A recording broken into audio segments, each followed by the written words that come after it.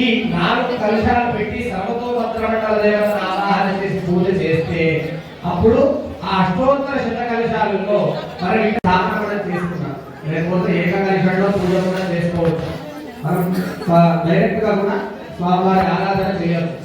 మరి అష్టోత్తర అంటే నామపూర్వకంగా ఆవాహన చేసి పూజ చేయడం వల్ల 33 కోట్ల మందికి ఆరాధన చేసిన వాళ్ళందరూ ఉన్నారు. మరి అదే అష్టోత్తర కలశంలో దేవతలను ఆవాహన చేసి అది స్వామివారి పోయడం వల్ల విపరీతమైనటువంటి శక్తి వస్తుంది భగవంతుడికి. నీళ్ళతో, పాలతో, అలాగే పెరుగుతో, తేనెతో ఇవన్నిటితో చేస్తుంటాం. మరి కానీ సుగంధ ద్రవ్యంతో ఎప్పుడైతే భగవంతుడికి అభిషేకం చేస్తామో ఇష్టకామికార్థం అంటే మన సంకల్పం ఏదైతే ఉంటుందో మనం కోరకున్నా కూడా భగవంతుడు వెంటనే ఆ వరాన్ని మనకు ప్రసాదిస్తాడు. మరి ఎంతమంది ఉన్నాము మానవ సేవే మాధవ సేవ అని చెప్పేసి మనం శాస్త్రాల్లో చాలా చెప్తారు.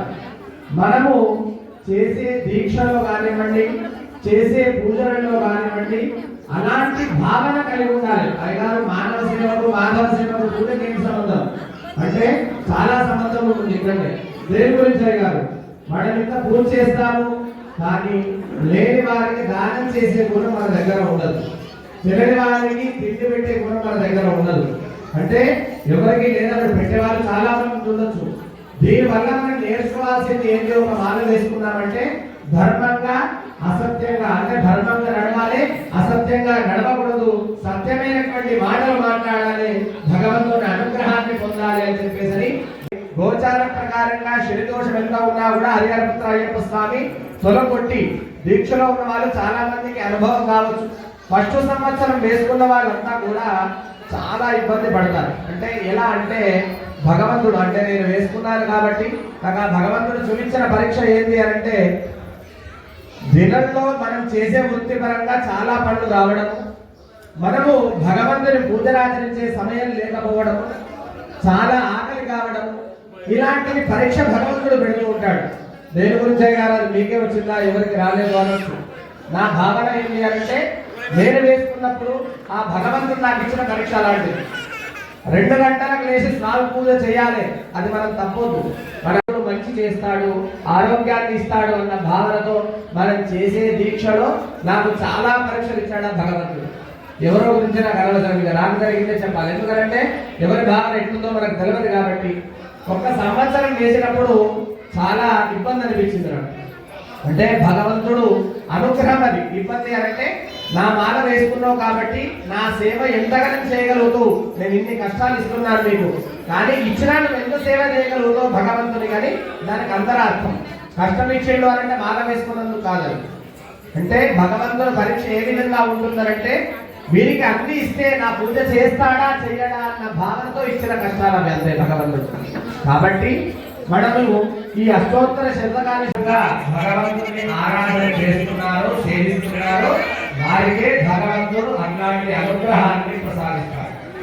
మరి దీంట్లో భాగంగా అందరూ కొద్దిపాటి విషయాన్ని గమనించి ధర్మంగా ఈ అన్నదానం చేసినప్పుడు కానివ్వండి, ఇతర వస్త్రదానాలు చేసినప్పుడు కానివ్వండి చిన్న మనవి. ఎందుకంటే తెలియని వాళ్ళ దగ్గరనే భగవంతుడు ఉంటాడు. అంటే మా జీవి ఎలా ఉంటుందంటే ఈ రోజు నాడు నాకు ఒకరన్నం పెడతారా అన్న భావనలో ఉంటాడు. మరి అయ్యగారు భగవంతుడు ఎక్కడ ఉన్నాడు అని అడిగితే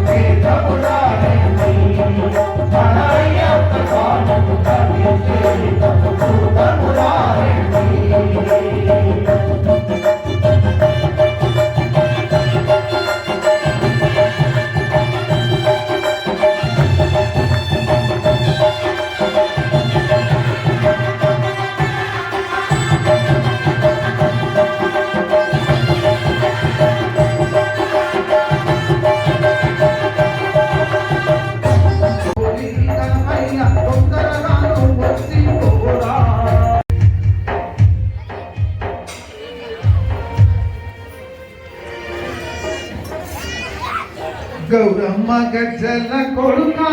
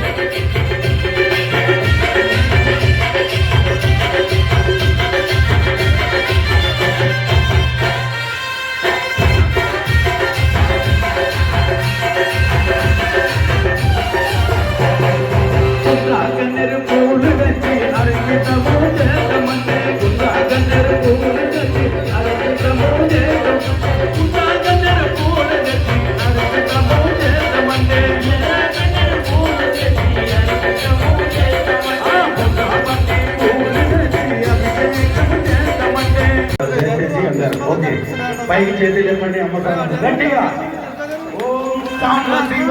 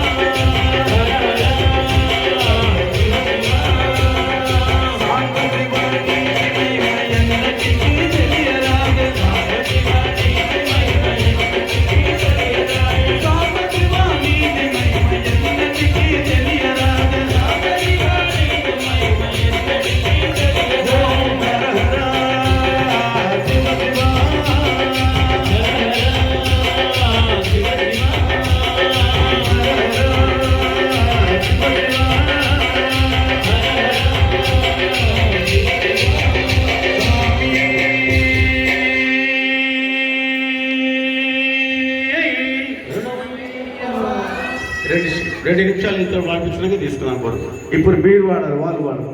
మీరు ఏం చేస్తున్నారు? ఇద్దరు వాడుతున్నారు, వాళ్ళు మీరు అందరు వాడాలి. ఇప్పుడు సామి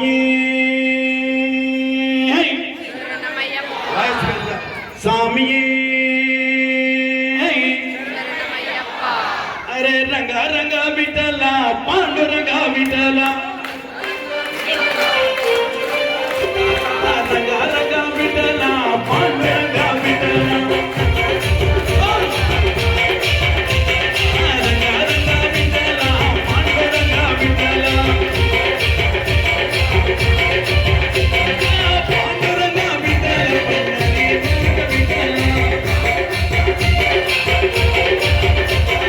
పాండురంగా విఠల పండరి నాద విఠల